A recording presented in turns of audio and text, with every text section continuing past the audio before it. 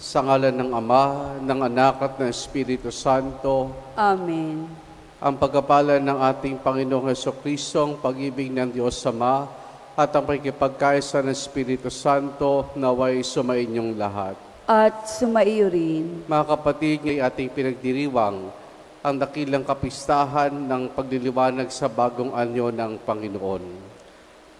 Sa pasimula po ng ating pagdiriwang ng banal na misa, upang tayo maging marapat makibahagi, aminin natin ang ating mga kasalanan.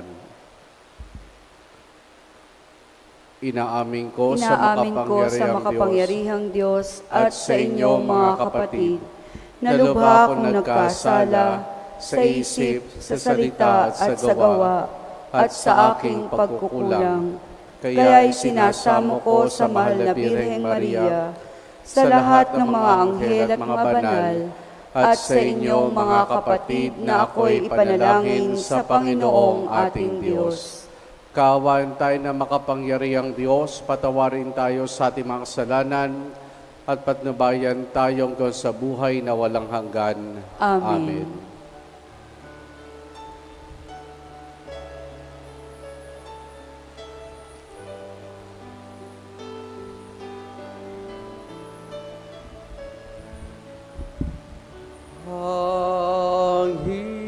Panginoon, kawan mo kami.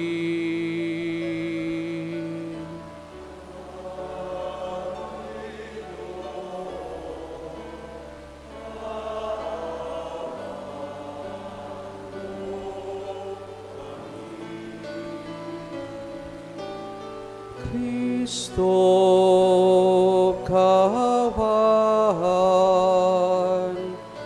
mo kami.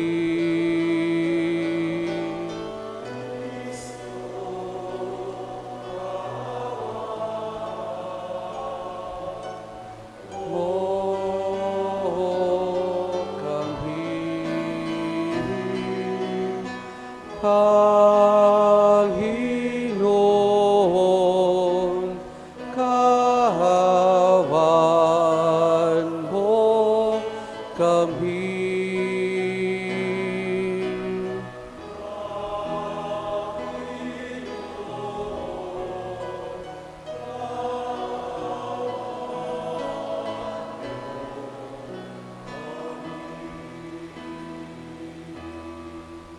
Luwalhati sa Diyos sa kaitasan.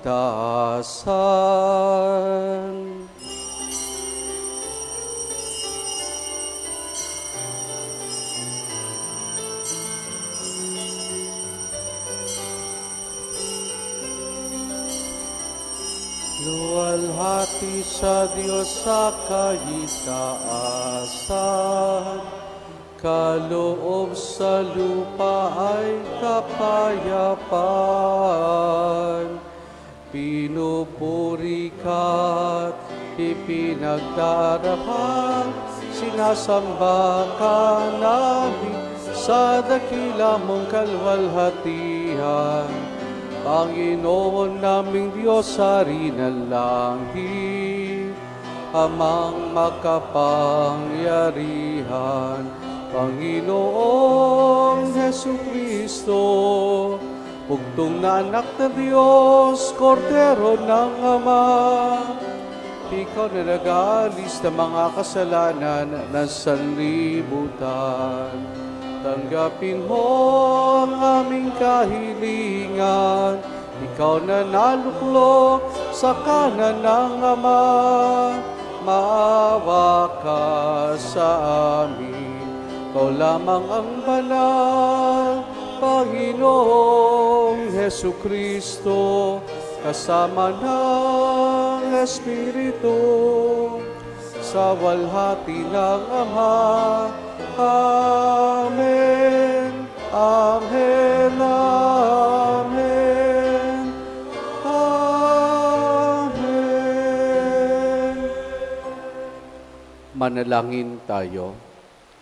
Ama naming makapangyarihan, sa pagliliwanag sa bagong anyo ng iyong anak, ang pananda ng aming sinasampalatayanan ay iyong binigyang kapatunay sa pagsaksi ng aming mga ninuno at inihag mong kami lubos na kinukupkop bilang mga anak. Kayong kami nakikinig sa iyong anak na pinakamamahal, kami naway pagindapating maging tagapagman ng kanyang katambal sa pamamagitan niya, kasama ng Espiritu Santo magpasawalang hanggan. Amen. Sa unang pagbasa, inilalahad ni Propeta Daniel ang kanyang pangitain sa anak ng tao na kumikinang sa kaputian sa kanyang kasuotan at sa kanyang trono. Ang salita ng Diyos mula sa aklat ni Propeta Daniel. Habang ako'y nakatingin, may naglagay ng mga trono. Naupo sa mga ito ang isang nabubuhay magpakailanman. Kumikinang sa kaputian ng kanyang kasuotan at parang lantay na lana ang kanyang buhok. Ang trono niya ay nagniningning. Ang mga gulong nito ay apoy na nagliliyab. Waring agos ng tubig ang apoy na bumubuga mula sa trono. Ang naglilingkod sa kanya ay 1,000,000, bukod pa sa milyong-milyong na kaantabay. Humanda na siya sa paggawad ng hatol at binuksan ang mga aklat. Patuloy ang aking pangitain. Ang nakita ko naman ay isang tila taong nakasakay sa ulap. Bumaba ito at lumapit sa nabubuhay magpakailanman. Binigyan siya ng kapamahalaan, ng karangalan at ng kaharian. Siya ay paglilingkuran ng lahat ng tao, bansa at wika. Ang pamamahala niya ay di matatapos at di babawiin at hindi mawawasak ang kanyang kaharian. Ang salita ng Diyos. Salamat sa Diyos. Panginooy maghahari, lakas niya'y mananatili. Panginooy maghahari, lakas niya'y mananatili. Ang poon ay maghahari, magalak ang kalupaan. Lahat kayong mga pulo ay magsaya at magdiwang. Ang paligid niya'y ulap na lipos ng kadiliman, kaharian niya'y tapat at salig sa katarungan. Panginooy maghahari, lakas niya'y mananatili. Yaong mga kabundukay natutunaw parang pagkit sa harapan ng dakilang Panginoon ng daigdig. Sa langit ay nahahayag yaong kanyang katuwiran. Sa lupa ay makikita ang kanyang kadakilaan. Panginooy maghahari, lakas niya'y mananatili. Ikaw poon ay dakila at hari ng buong lupa. Dakila ka sa alinmang mga Diyos na ginawa. Panginooy maghahari, lakas niya'y mananatili. Sa ikalawang pagbasa, ipinapaliwanag ni San Pedro na ang kanilang itinuturo tungkol kay Jesus ay hindi katang-isip ng tao lamang. Diyos mismo ang nagtibay nito nang marinig nila ang tinig mula sa langit sa kanyang pagbabagong anyo. Ang salita ng Diyos mula sa ikalawang sulat ni Apostol San Pedro. Mga pinakamamahal, ang ipinahayag namin sa inyo tungkol sa muling pagparito ng ating Panginoong Jesucristo, na puspos ng kapangyarihan ay hindi sa mga alamat ng katha lamang ng mga tao. Nasaksihan namin ang kanyang kadakilaan ng ipagkaloob sa kanya ng Diyos Ama, ang karangalan at kapurihan. Ito'y nangyari nang marinig ang tinig mula sa dakilang kaluwalhatian ng langit. Ito ang pinakamamahal kong anak, siya ang lubos kong kinalulugdan. Narinig naman namin ito sapagkat kami kasama niya sa banal na bundok. Kaya naman lalong tumibay ang aming paniniwala si pinahahayag ng mga propeta.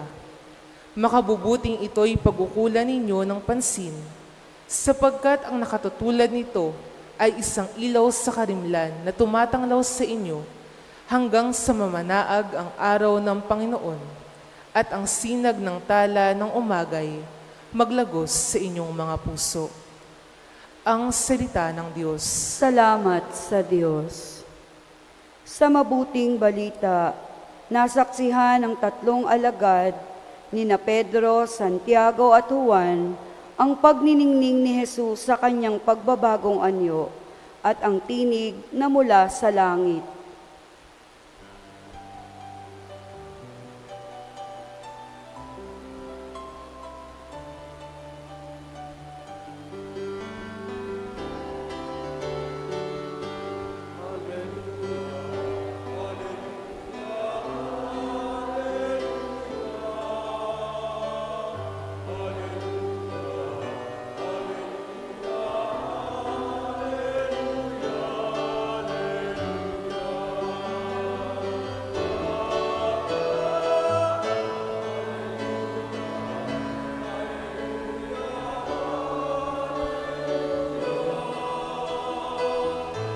Hallelujah, Hallelujah, Hallelujah, Hallelujah.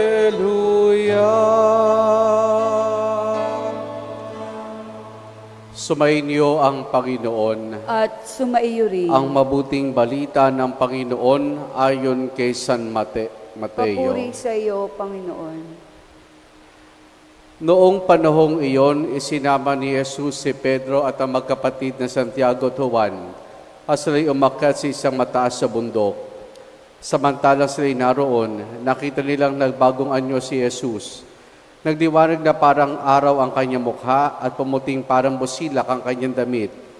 Nakita na lamang asukat ng tatlong alagad sina Moises at Elias na nakikipag-usap kay Jesus. Kaya sinabi ni Pedro kay Jesus, Panginoon, mabuti pa'y dumito na tayo. Kung ibig ninyo'y gagawa ako ng 3 kubol, isa sa inyo, isa kay Moises at isa kay Elias. Nagsasalita pa siya nang nilimas sila sa maningning na ulap, at mula rito'y may tinig na nagsabi, ito ang minamahal kong anak na lubos kong kinalulugdan, pakinggan ninyo siya.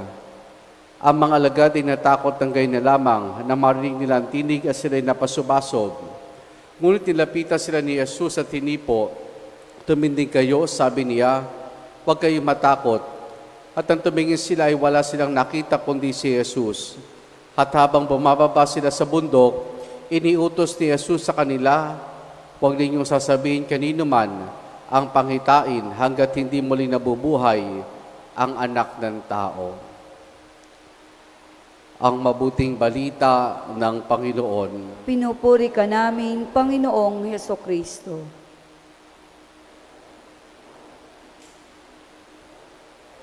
Hello. Kamusta na ho ba? Wala pa namang alipunga. Mga kapatid, sa Ebanghelyo po na ating napakinggan ngayong dakilang kapistahan sa pagliliwanag ng pagbabagong anyo ni Jesus, nang masaksiyan dito ng mga alagad, ang tanging hiling ni Pedro ay, Panginoon, kung gusto po ninyo, dumito na lamang po tayo. Ipagtatayo namin kayo ng isang ng 3 kubol, isa sa inyo, isa kay Moises at isa kay Elias. Dumito na lamang tayo. Kung kayo tatalangin ko, gusto niyo bang dumito na lamang sa sitwasyon ng baha? Gusto niyo bang dumito na lamang sa sitwasyon ng baha? Siyempre, walang magugustong iyan. Sa umpisa, ay mag-e-enjoy. Pero napansin ko dito sa atin sa Guloy, pagkabaha, nag-e-enjoy ang mga tao. Kabi-kabi lang inuman. Tapos, yun nga lang, talagang mananawa ka sa isda. Dahil din halos ang makikita mong na itinitinda at yun ang maaari nating makain. Pero anyway, siguro nga wala na naisin na dumito sa ganitong kalalagayan. Pero alam nyo, sa pagdito natin sa ganitong kalalagayan, maganda na makita natin kung paano pa rin kumikilos ang Diyos. Kayon, tingnan natin itong, bakit nga ba hiniling ni Pedro na dumito na lamang? Sa simple kadahilan ng nakita na nila ang kaluhatian ng ating Panginoon. Nakita na nila ang kaluhatian ng ating Panginoon. Na itong pagbabagong anyo ni Jesus ay nagbigay patunay ng kanyang pagkakakilanlan. Ano yung pagkakakilanlan ng ating Panginoon? Una, na siya yung anak ng Diyos. Yung tinig na nagmula doon sa nagniningning na ulap ang nagsabi nito. Sa banal na kasulatan, yung maningning na ulap ay simbolo ng divine, ng Diyos. Kaya nga doon sa kasaysayan ng kaligtasan, no, ang mga Israelite naglalakad patungo sa pangakong lupa, sa kaban ng tipan, kapag ang Diyos ay makikipag-usap kay Moises at maging sa mga tao, bumababa ang isang maningning na ulap. Kasi nga, sa banal na kasulatan, ang maningning na ulap ay simbolo ng divinity. Kayon, ano naman ang gampanin ni Moises at ni Elias? Si Moises at si Elias po'y kumakatawan sa lumang tipan. Si Moises para sa batas, si Elias para sa mga propeta. Ng lahat ng nasasaad sa batas, lahat ng isinasaad sa propeta, ng mga propeta, ay nagkaroon ng katuparan sa ating Panginoon. Kaya nandun yung dalawa. Kaya ito'y nagpahayag ng pagkakakilanlan sa ating Panginoon. Pero bukod sa Panginoon, ito'y tulong sa mga alagad. Bakit? Sa simpleng kadahilanan, bago sila dumating sa tagpong ito, nung isinama niya 3 alagad, simula nang ipahayag ni Jesus sa mga alagad kung ano ang naghihintay sa kaniya pagdating niya sa Jerusalem. At ito yung magpakasakit, mamatay at muling mabuhay. Nagkadama ng takot ang mga alagad nung marinig ito mula sa ating Panginoon. Kaya ngayon, ito nagbibigay sa kanila ng assurance na maranasan man ito ng Panginoon, mapagtatagumpayan ito ng ating Panginoon. So hindi lamang ito para sa pagkakakilala ng Panginoon, kundi ito'y para bigyan assurance ang kanyang mga alagad na nooy nakakadama na ng takot at marahil ay pagkaalid-langan. Ngayon, balikan natin yung sinasabi na ni Pedro na, Panginoon, kung gusto po ninyo'y dumito na tayo. Kayo, sa ating karanasan dito, gugustuhin ba nating manatili na lamang dito? Siyempre, hindi. Pero alam nyo, itong mahigit 1 linggo na tayong nabaha. Yung sa pananatili natin sa baha, ano yung maaari nating makita na pamamaraan ng Diyos? Una, iti nagpatibay ng ating pananalig sa Diyos. Iti nagpatibay sa ating pananalig sa Diyos. Ang simbahan natin, mula nung mabaha, nanatili itong bukas, mula umaga hanggang gabi. At dun sa buong araw na yon, may mga nagpupunta. Mangilan-gilan. Meron pa nga mga kabataan nagmumula sa ibang parokya, gabi. Siguro din alam na ganito ang sitwasyon ng baha dito. Meron nga isang grupo ng kabataan, dumating ng before 6, umalis ng 8 dito, nakauwi sa kanila alas 11 ng gabi. Dahil sa paglalakad lang. Pero yun nga, siguro yung iti nagpatibay ng lalo pa ng ating pananampalataya sa Diyos. So, nakatulong ito upang lalo pa tayo magtiwala at manalig sa Diyos. Pangalawa, habang nananatili tayo dito sa baha, isang magandang nakikita natin dito kung paano ang mga tao ay naging bukas palad. Kung paano ang mga tao ay naging bukas palad. Marahil may ilan po sa inyo dito na nagbukas ng inyong tahanan para sa mga kamag-anakan o kapitbahay na mga nabaha. Marahil ang ilan sa inyo dito ay nagbahagi na inyong makakain sa mga nabaha. Dito sa kahabaan nito, maski naman po sa ibang mga barangay, nakikita ko na mayroong mga libreng pakain. Siguro konti lang yung matatanggap, pero isa yung konting iyon sapat na para masabi na at least meron ng laman ng aking tiyan. May laman ng aking sikmura. It restored our faith again towards humanity. Naisipin natin na para mga tao kayo, parang wala nang pakialam, pero dito makikita na andun pa rin. Hindi natin na naising manatili. Si Pedro, Juan, Santiago, siguro nagkaroon ng pagbabago sa kanilang buhay mula na makita ito. Siguro hindi ng paanyaya sa atin ng Diyos. Matapos sa karanasang ito, anong makukuha natin? Ano yung matatandaan natin? Ano yung nagkaroon tayo sa gitna ng karanasang ito ng bagyo, ng baha, ng kawalan ng kuryente? Sa huli, eto, kilala daw tayo mga Pilipino sa pagiging resilient. na kinakaya ang anumang sakuna na dumarating sa buhay. Totoo naman yon. Pero itong hamon sa atin, anong pwede natin gawin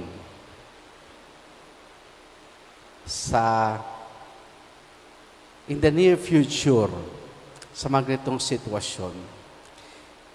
Maganda yung pagiging resilient, pero maganda rin na magkaroon tayo ng malasakit. Malasakit saan? Hindi lang sa kapwa, maging sa kalikasan. Magkaroon din tayo ng malasakit na sana yung mga pipiliin nating mamumuno sa ating bansa, sa ating bayan o sa ampaman, ay talagang makaisip ng pamamaraan paano tayo mariresolba ang mga bagay na ito. Kung di man ho masolusyonan na 100%, pero alam natin na unti-unti nagiging epektibo yung nagiging pamamaraan. Itong week na ito, para napakalaki ng budget na ilalaan sa flood control. Ilang porsyento kaya doon ang talagang ilalaan sa flood control? At yung ilang porsyento kaya ang mapupunta saan? Hindi natin kung saan mapupunta yan. Pero napakalaki ng budget. Parang bilyon for next year. Matuto tayo maging pagmalasakit. Kundi masiguro sa pagkakataong ito, kundi sa mga susunod na henerasyon ng ating lipunan, ng ating bayan. Nagkaroon ng panibagong pananaw mga alagad matapos ang karanasang ito. Sana'y ganun din ang maasa sa atin. Sa ilang araw, mawawala na ang baha. Mamimiss natin yan. Makikita na natin muli ang kalsada. Makikita niyo muli ang inyong mga sahig. Pero sana makita natin, sa gitna ng lahat ng ito, tayo sinamahan ng Diyos, tayo inalagaan ng Mahal na Birheng Maria. At sana tayo namang inalagaan, matuto rin talagang mag-alaga sa kapakanan ng kapwa at lalo tigit ng ating bayan. Amen.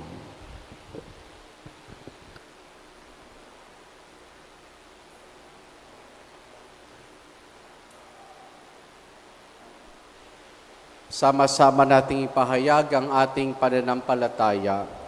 Sumasampalataya ko sa isang Diyos, amang makapangyarihan sa lahat, na may gawa ng langit at lupa, ng lahat ng nakikita at di nakikita.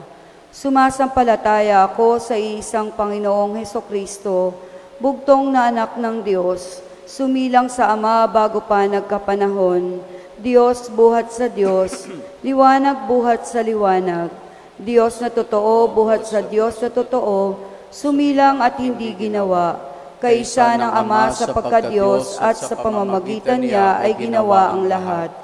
Dahil sa ating pawang mga tao at dahil sa ating kaligtasan, siya'y nanawag buhat sa kalangitan. Nagkatawang tao siya lalang ng Espiritu Santo, kay Mariang Birhen at naging tao. Ipinako sa krus dahil sa atin, nagpakasakit sa hatol ni Poncio Pilato, namatay at inilibing. Muli siyang nabuhay sa ikatlong araw ayon sa banal na kasulatan. Umakyat sa kalangitan at lumuklok sa kanan ng Amang may kapal.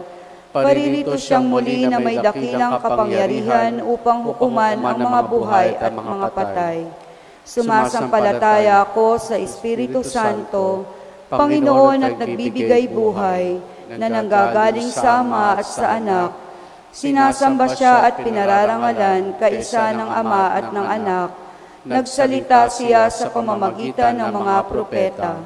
Sumasampalataya ako sa isang banal na simbahang katolika at apostolika, gayon din sa isang binyag sa ikapagpapatawad ng mga kasalanan, at hinihintay ko ang muling pagkabuhay ng nangamatay at ang buhay na walang hanggan. Amen. Bilang sambayanan ng Diyos ay nuhubog ng salita ng bugtong na anak, may pagtitiwala tayong dumalangin sa amang makapangyarihan, ating isamo, Panginoon ng liwanag, dinggin ang aming panalangin. Panginoon ng liwanag, dinggin ang aming panalangin.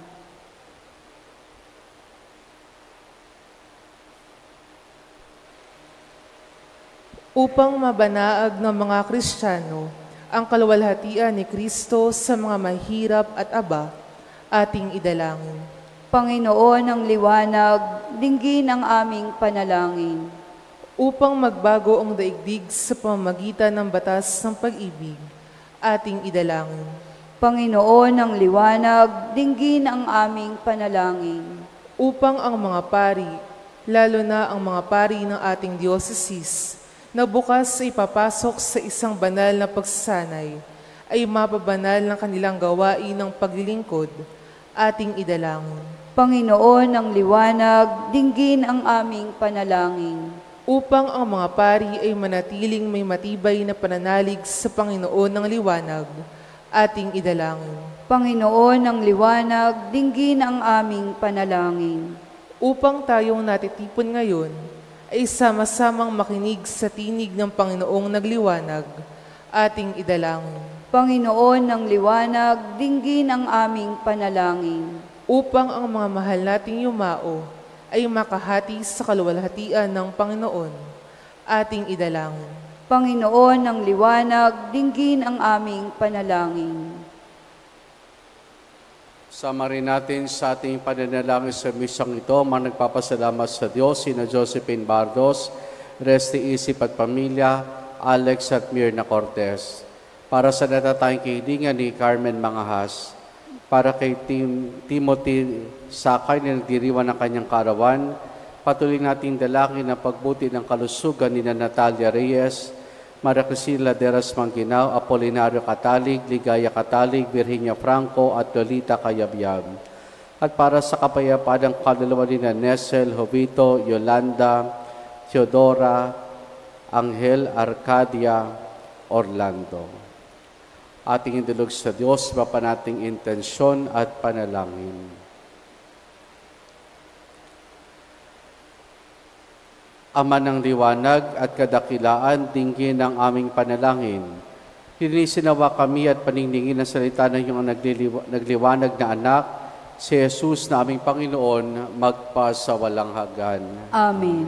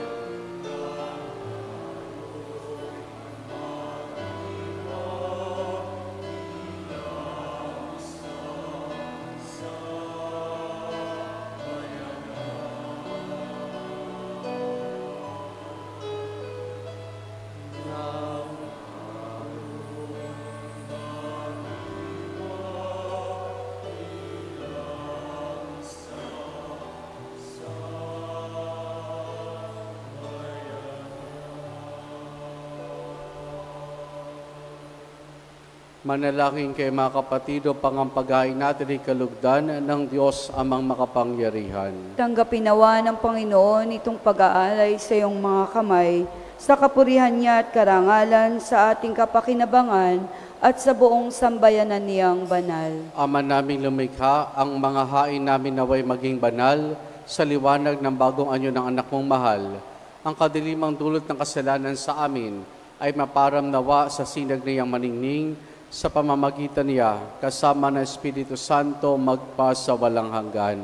Amen. Sumainyo ang Panginoon. At sumaiyo rin. Taas sa Diyos sa inyong puso at diwa. Itinaas na namin sa Panginoon. Pasalamatan natin ang Panginoong ating Diyos. Marapat na siya'y pasalamatan. Ama naming makapangyarihan, tunay nga marapat na ikaw ay aming pasalamatan sa pamamagitan ni Jesus na aming Panginoon. Ipinakita niyang siya'y maningning habang ang mga piling alagad ay nakatingin. Pinuspos niya sa kaliwanagan ang katawan niyang di iba sa karaniwan. Dito'y pinawi niya ang pangamba't takot ng mga alagad sa magaganap sa krus. Dito'y inilahad niya sa kanyang sambayanan na magliliwanag ang tanang kanyang pinangunguluhan. Kaya kaisa ng mga anghel, pagsisiawit ang papuri sa ng walang humpay sa kalangitan, kami nagbubunyi sa iyong kadakilaan.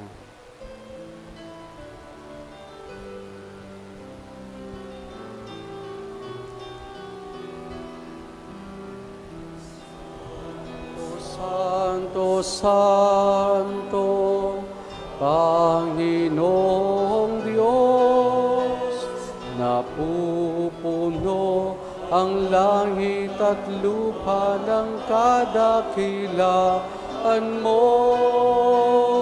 Hosana, Hosana, Hosana sa kaitaasan.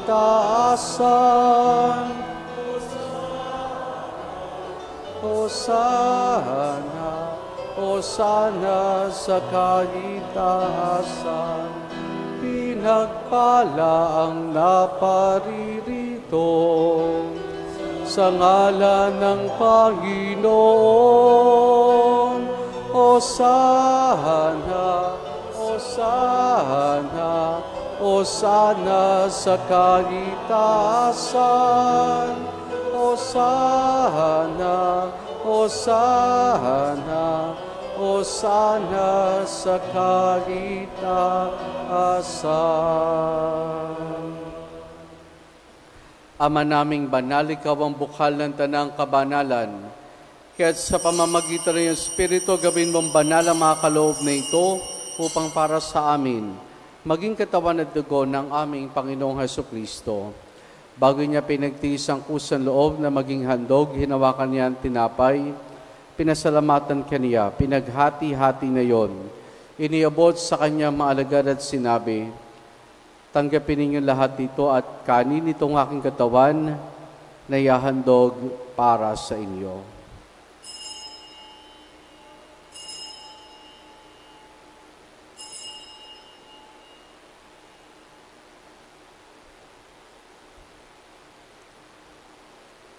Gayun din naman na matapos ang hapunan, hinawakan niya ang kalis. Muli kanya pinasalamatan. Iniabot niya ang kalis sa kanya maalagad at sinabi, tanggapin ninyo lahat ito at inumin itong kalis ng aking dugo ng bagot wala hanggang tipan. Ang aking dugo na ibubuhos para sa inyo at para sa lahat sa kapagpapatawad ng mga kasalanan. Gawin ninyo ito sa pag-alaala sa akin.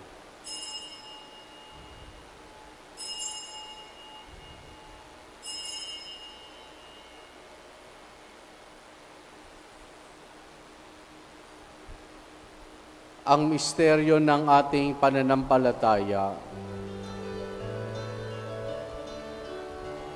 Si Kristo ay gunitahin, sarili ay inihain, bilang pagkain inumin, pinagsasaluhan natin, hanggang sa siya'y dumating. Hanggang sa siya'y dumating. Ama, ginagawa namin ngayon ang pag-alaala sa pagkamatay at muling pagkabuhay ng iyong anak. Kaya tinialay namin sa iyong tinapay na nagbibigay buhay at ang kalis na kakaloob ng kaligtasan. Kami nagpapasalamat dahil kami minarapat at tumayo sa harap mo para maglingkod sa iyo. Isinasamo namin kaming magsasalo-salo sa katawan at dugo ni Kristo ay mabuklod sa pagkakaisa sa pamamagitan ng Espiritu Santo. Ama, lingapin mo ang simbahan laganap sa buong daigdig, Puspusin mo kami sa pag-ibig kaysa ni Francisco naming Papa at ni Dennis aming Obispo at ng Tanang Kaparian. Alalahanin mo rin mga kapatid naming nahimlay na may pag-asang sila muling mabubuhay, gayon din na lahat ng mga pumanaw at mga kaluluwa sa purgatorio. Kaawan mo sa at patuloyin sa iyong kaliwanagan. Kaawan mo at pagindapati kaming lahat na makasalo sa iyong buhay na walang wakas. Kaisa ng mahal na Birheng Maria na Ina ng Diyos, ang kanyang kabiyak ng puso si San Jose, kaysa ng mga apostol ni San Juan Bautista at ang lahat ng mga banal na namuhay dito sa daigdig na kalugod-lugod sa iyo, may pagdiwanawa namin ang pagkupuri sa kararangal mo sa pamamagitan ng iyong anak na aming Panginoong Heso Kristo. Sa pamamagitan ni Kristo, kasama niya at sa Kanya, ang lahat ng parangal papuri sa iyo, Diyos amang makapangyarihan, kasama ng Espiritu Santo, magpa sa walang hanggan.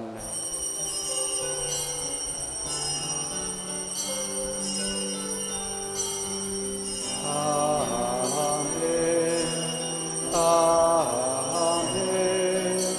Amen.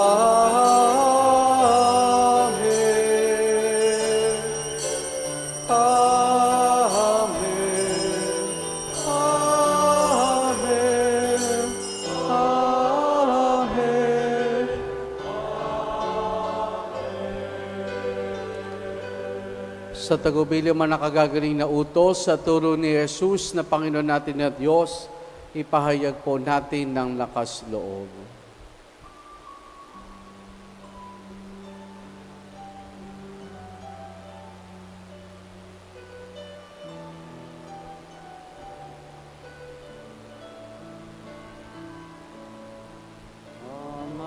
Amanangin, sumasalangit sambahin ang ngalan mo, mapasa amin ang kaharian mo, sundin ang loob mo,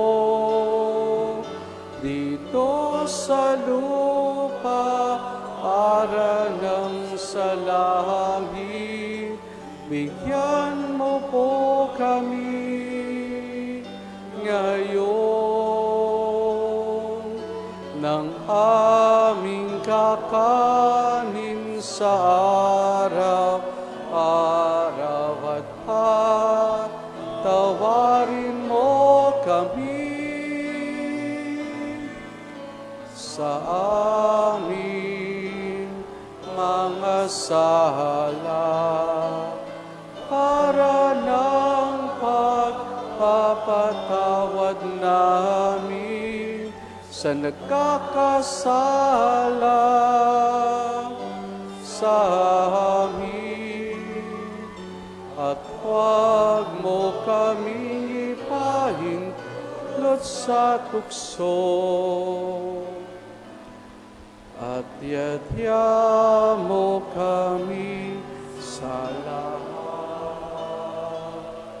ng masama. Hinihiling namin kay Maria sa lahat ng masama, pagkalooban ng kapayapaan araw-araw, iligtas sa kasalanan, at ilayos lahat ng kapahamakan, samantalang aming masayang pinananabikan ang dakilang araw ng pagpapahayag ng tagapagligtas naming si Jesu Kristo.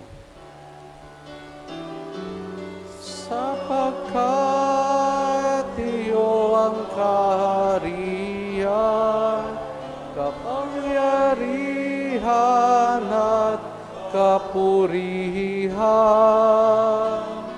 ngayon at magpakailanman.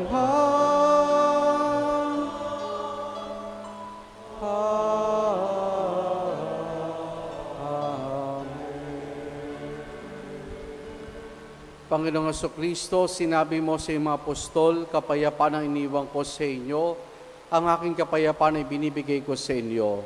Tunghayan mo ang aming pananampalataya at huwag ang aming mga pagkakasala. Pagkalooban mo kami ng kapayapaan at pagkakaisa ayon sa iyong kalooban, kasama ng Espiritu Santo magpasawalang hanggan. Amen. Ang kapayapaan ng Panginoon ay lagi nawang sumainyo. At sumaiyo rin. Mga kapatid, maghangad at magbahagi tayo ng kapayapaan ni Jesus sa isa't isa. Peace be with you po.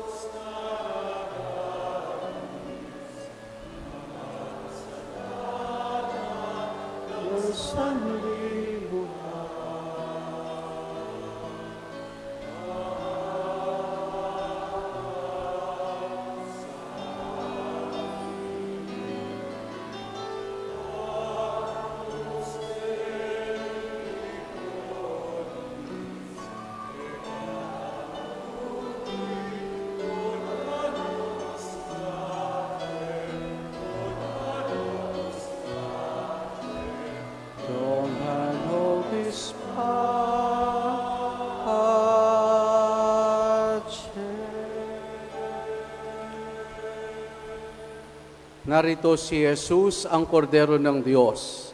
Siya nag-aalay sa mga kasalanan ng sanlibutan. Mapalad ang mga inaaniyahan niya makiisa sa kanyang banal na piging. Panginoon, hindi ako karapat-dapat na magpatuloy sa iyo, ngunit sa isang salita mo lamang ay gagaling na ako.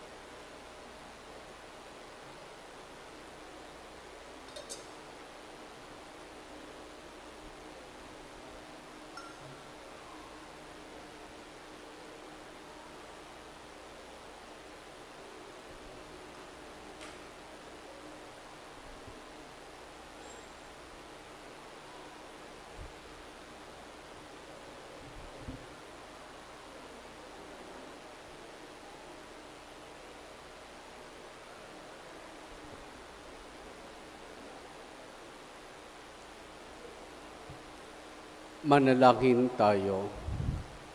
Ama naming mapagmahal, ang tinanggap naming banal na pakikinabang ay sinabang magpabago sa amin sa kapagiging kalarawan na niloob mong magpamalas ng pagliliwanag sa bagong anyo bilang aming tagapamagitan kasama ng Espiritu Santo magpa sa walang hanggan. Amen. Sumayin niyo ang Panginoon At sumaiyo rin. at pagpalain tayong lahat ng mabutit mapagmahal na Diyos sa Ama, Anak at Espiritu Santo. Amen. Naialin na natin ang pagdiriwan ng banal na misa, humayo tayong taglayang kapayapaan at pag-ibig ng Panginoon. Salamat sa Diyos. Purihin po natin ang ating Panginoon. Salve Regina.